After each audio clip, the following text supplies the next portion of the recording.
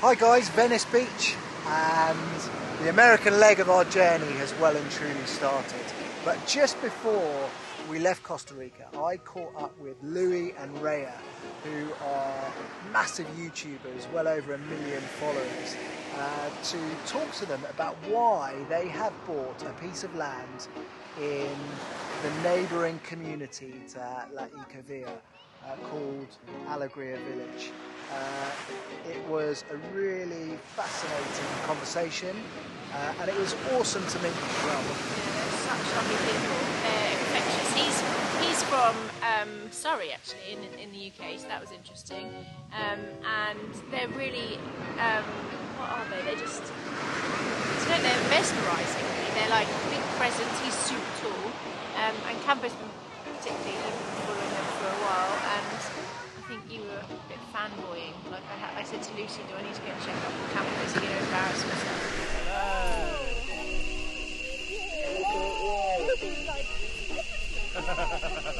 And I also know that you are so aligned with him, and it's nice to meet someone that's like on the same page, but yeah, we just want a totally different life, right? Yeah, I mean, we are super aligned. I mean, not just with Louis, but with Rhea as well. Like, when I was listening to them talk, it was music to my ears, because all the stuff that they said was pretty much exactly aligned with what I think. So I hope you really enjoy it. It was great to talk to them, and fingers crossed they share a little bit of the interview I did with them on their channel, because we could do a few of their followers. Oh my god, you're sounding... What are you sounding? I don't know what I'm sounding, but it's true. It makes me true. cringe. It makes, like, you know when you bump on things like that. Oh, right, bye. We're on a mission To discover if there's a better way.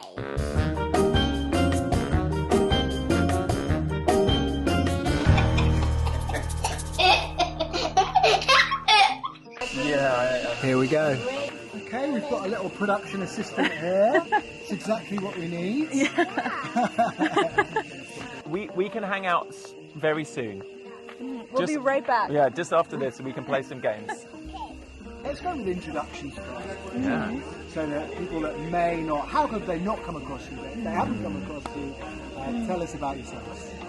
2021 was the most eventful year of our lives. We started it in Costa Rica, visiting the land we just purchased in an eco community. We are finally going to get to see the lot in Alegria that we put the deposit down on. Seeing our new home for the first time was already such a special moment, but Louis also had other plans. Today is the day I proposed to Rhea, and I'm pretty nervous. Look, I'm shaking a little bit. Would you marry me? We have been constantly, ever since we met, talking about this idea of, in the future, we would love to build tree houses and live in a big community space together with lots of others. So this has always been like a lifelong dream. And we're living in a school bus, which in 2 months' time will arrive down here in Alegria in Costa Rica and start our new life. Given your experiences, your travels all around the world, why Alegria? So we always knew we wanted to live somewhere tropical, so that was a big thing for us. But we always thought we would set up our own thing, to be honest. And then they were hosting a lunch here, right down here. We were like, let's just go, you know, we have nothing else to do, we might as well check it out, see what they're doing.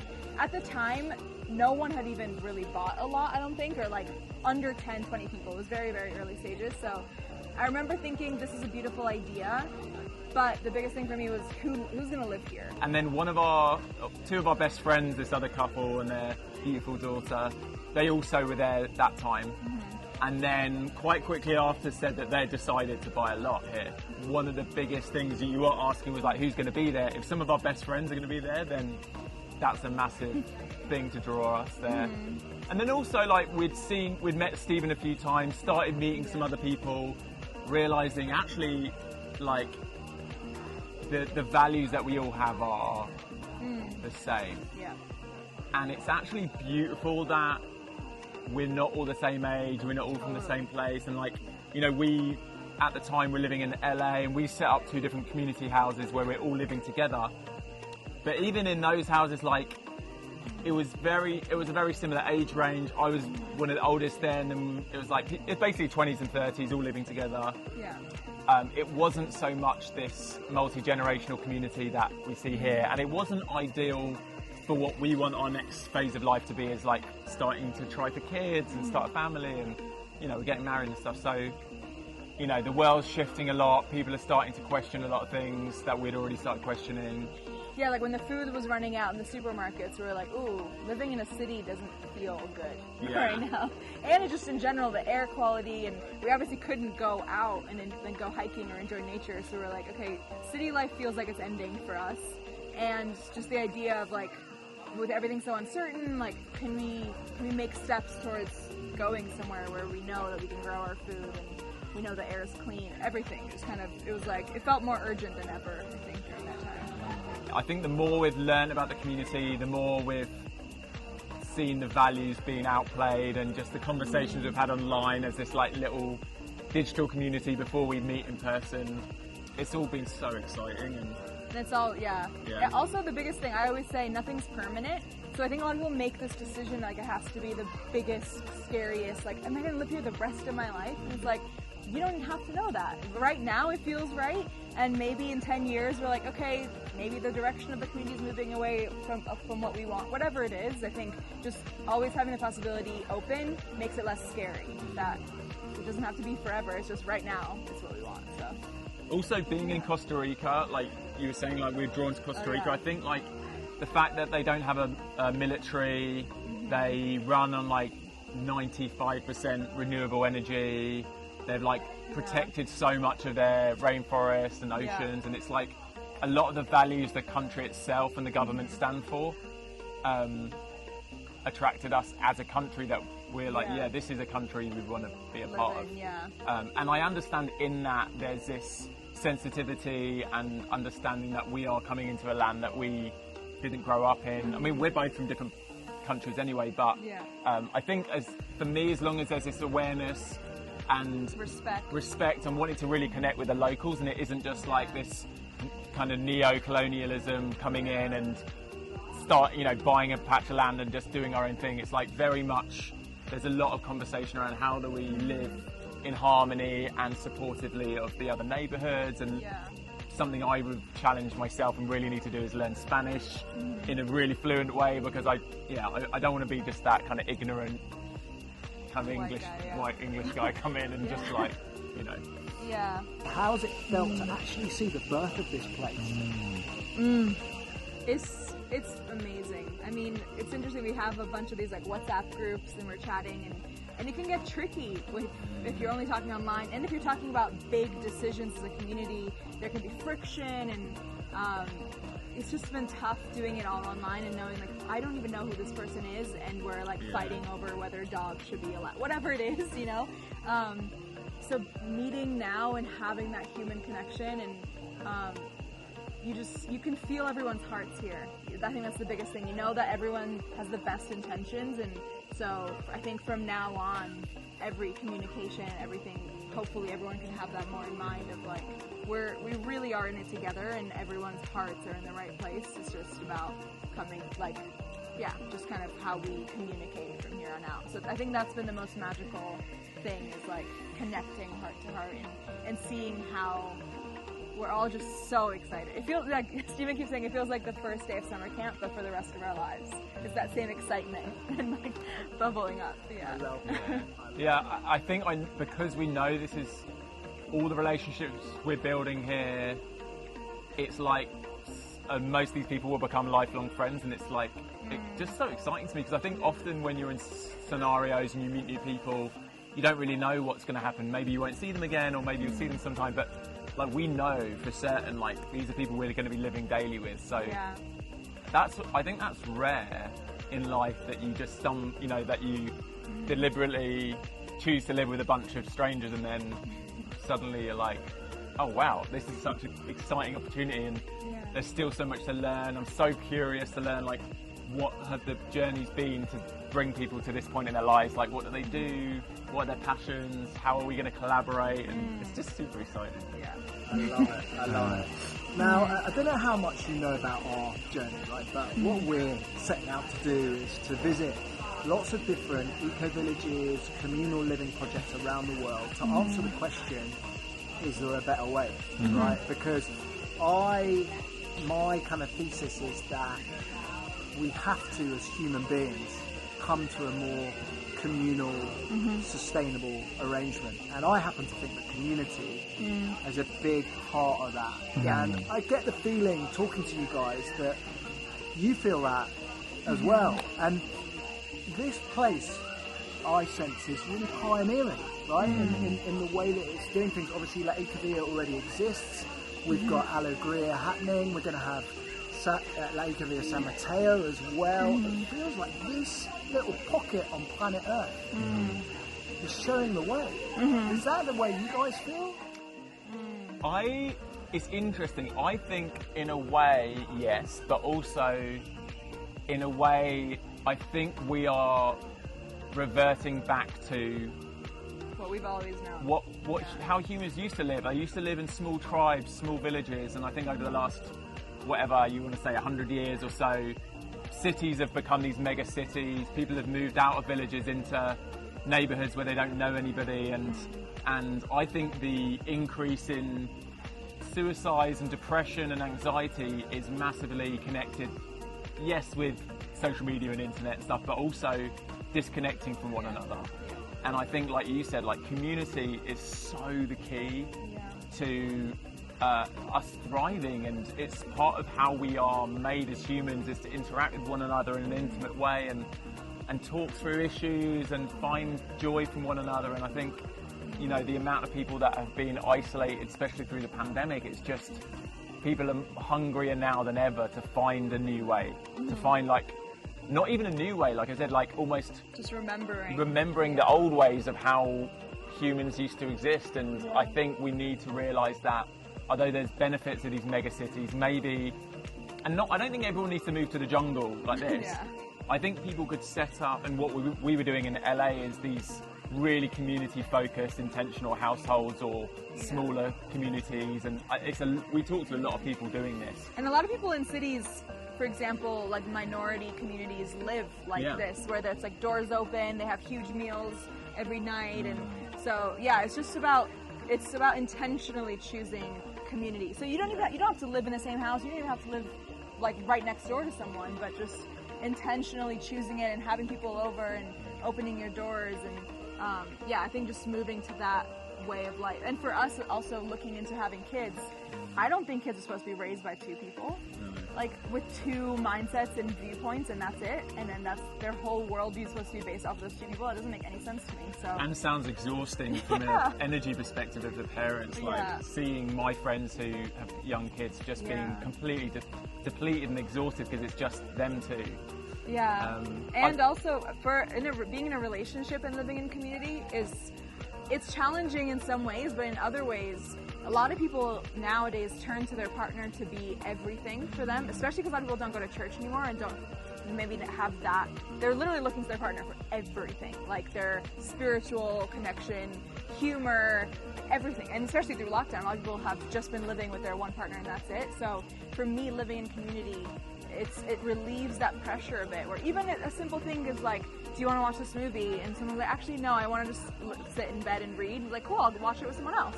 You know, your partner doesn't have to like be there for every single thing and need to be in the exact same mindset as you at all times. So that's been huge for our relationship, and I think a lot of people would benefit from that as well. Yeah, and also just as Raya was talking, I was thinking, I think what we're referring to in terms of like society's failing, we need to think of a new way of doing it. I think it's specifically the Western modern society that's failing. And I think other developing parts of the world, like you said, I think that actually we can learn from how family focused they are and community focused they are. And so I think the biggest thing is changing our definition of success, because we are taught in America, in England, and a lot of places that we've grown up, that success is living in a mansion alone, right? That is the ultimate success. Like, as much space as you can, that's just for you. And that's like, that individualistic way of life isn't what success is, and that's what breeds loneliness and depression and anxiety and all that. So I think we need to shift the definition. Success is sharing life with the people that you love. Yeah, I read an amazing quote, and I think it was like an indigenous quote, and it was like, individualism is a delusion of the West. And it's like, it's so true. Yeah. This is music to my ears, right? It's what I completely believe in, and I suppose that a big part of the storytelling that we're looking to do is to try and shift mainstream thinking a little bit, because I don't know whether you get this, but my sense is that when I talk to my friends, right, we're from Henley-on-Thames, not far from Surrey, really, down the M25. You know, they think of these places as a commune, cult, like it's all kind of crazy, whereas we're trying to dispel those ideas, right? That whenever there's a big shift in humanity, it takes outlier communities to pioneer and to make that stuff happen for everyone else to get on board. But human being, it's all about storytelling. We have to share the stories, which is why I'm so excited about some of the stuff you guys do, because it feels like you are sharing stories that are shifting mindsets, right? Are you optimistic about our ability to share the stories fast enough and for mainstream thinking to shift so that we can get to a place that's good quicker? Because if you look at the science, right, it's kind of why I felt compelled to do this right now. We're kind of on a cliff edge at the minute, and the question is, where do we go? Are we going to jump off with a parachute, or are we just going to jump off? Right, yeah. I'm an optimist anyway. Yeah. I definitely think, I know part of it's we're in a bit of a bubble, and everybody around us is in this mindset, but even outside of our bubble, the friendships back in the UK which aren't on this journey, like, I feel like a lot of people are asking these same questions. How can they thrive better? How can we rethink? And like, you know, a lot of people talk about this. There's been a huge shift in the way that people imagine working remotely now because of the pandemic, or, you know, there's a shift anyway. Like, people's lives have been disrupted, and it's this pivotal point now. It's like, oh, I guess we can reimagine, redesign what's next. So yeah, one beautiful aspect of the disruption is that people actually get to pause and actually ask, why have I been doing things the way I have, and is that the best way? So when normally you would just keep doing the exact same thing maybe forever, now we've all had a global pause, and people get to ask themselves what they actually want, which is huge. And I think social media, despite sometimes having a toxic side, is exciting because we can communicate what we're doing and asking the questions, and you know, reach hundreds of thousands, if not millions, of people around the world. So I think that is, unlike any other time in history, pretty incredible that we can reach pretty much anyone with an internet connection. And that people can actually connect with us, because I think it's easy to be like, oh, those hippies living in the commune, I have nothing in common with them, but watching videos and being like, oh, actually they're like normal people with like normal jobs, and you know that it's not like those people live like that, I don't live like that. It's like we all get to live our own version of this, which doesn't have to, like you said, doesn't have to be living in the jungle, but just whatever community looks like to you. I think I've always felt passionate about how I communicate. I really want to be it to be accessible for people, and I don't like using phrases and lingo to alienate people. And yes, a lot of our friends are more hippie, and like, we're both on an interesting spiritual journey and finding out stuff, but it's none of it I would ever want people to feel that, you know, alienating, or that they wouldn't want to be a part of the community, because sometimes people are a bit wild or whatever. So I think in everything I try and communicate, it's it's as kind of as accessible and inclusive as possible, and hopefully people that might not normally be attracted to live in a community would think, you know, oh, maybe this could be something I could do. 100%. Awesome. I think that where I'd like to end, right, is like there are so many parallels between what we're doing and what you guys do as well in terms of our year of exploration and travelling around the world and this totally transient thing. And I was watching your videos in terms of the relationship between you guys and van life, and for Katie and I, who I'll introduce you to, like that's a real it's a struggle. It's kind of a beautiful struggle, particularly with 3 kids in tow as well, never having the time apart and always, you know. But what kind of advice would you guys have, as I would consider you to be professional travellers, vloggers, etc., to us that are kind of, you know, winging it a little bit? We're just about to do our own van kind of life story up the coast of the US, visiting communities on route and kind of dropping in and picking up on the wisdom of all those places. But what would be your advice for us as we continue our journey? I think I would say to make the most of it, because nothing's permanent. So especially because you literally have an end goal on this, it's like it might seem like a lot to not have your own space, and there'll be a day when your kids have moved out and you're gonna want them to be around you, right? So, or even like next year, you're not gonna be living in a van. Maybe even next week, you're not gonna be living in a van. So it's just like, for right now, this is what this chapter is. And yes, maybe there's some things that are tough about it, but what are the good things about this chapter that may never happen again? So like really kind of soaking that in and enjoying that, I would say. Yeah, and I'd say as well, like, lean into the excitement and curiosity and passion of why you're doing this, rather than trying to, like, I think it's easy to get shifted into work mode and like, okay, we need to film this, we need to visit this place, this is the agenda, this is the thing I need to do, and it's like, keep tapping into the why, and I think it just makes, if you're operating, this is something I'm really wanting to do a lot more this year. It's like my focus is like operating from a place of overflow. I think it's easy when you're busy, and it sounds like you could be busy like visiting all these places and obviously managing 3 kids, and I think it's easy to feel drained and exhausted, and then it's harder to even do stuff that you know you're passionate about doing. So yeah, just tapping into that overflow and excitement for this journey and this story. And also listen to what you need and be gentle with yourself, where maybe you'll wake up a bit more sensitive and be like, I really just need to go on a walk alone, and having that conversation not only with your wife but with the kids too. Maybe one of the kids is like, hey, I really want to just like sit in the corner and listen to music or whatever, and just giving each other that space and allowing for whatever. Yeah, just being gentle. It's not going to be easy, so those moments that are tough, be like, that's okay. Feel it. Or booking like somewhere to stay for a couple of days. Yeah, maybe if it's like, let's getting just too get a hotel for 2 nights and like we can all breathe and take a bath, whatever it is. Just allowing space for that too. I'll tell you the one thing, I don't know whether you guys identify with this, that I sometimes struggle with, is that we are doing such amazing things, beautiful things, and watching the kids engage in, like if you think about Costa Rica and the nature, it's incredible, right? But I'm always like, that's beautiful, camera.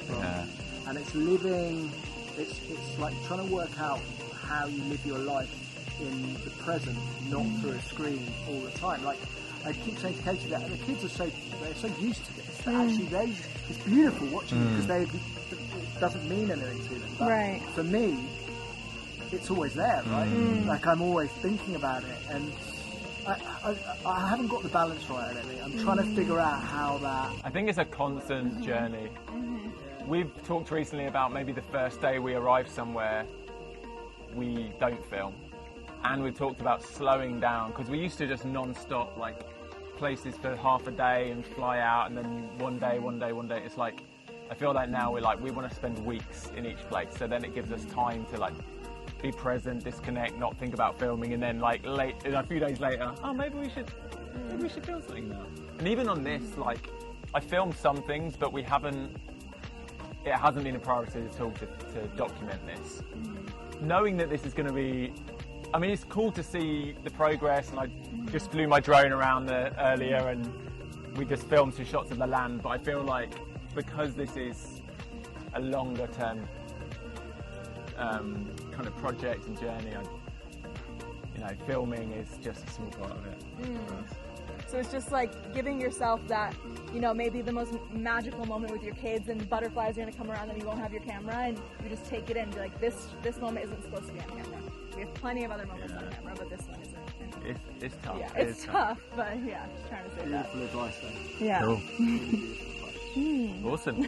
Thank you, team. Right.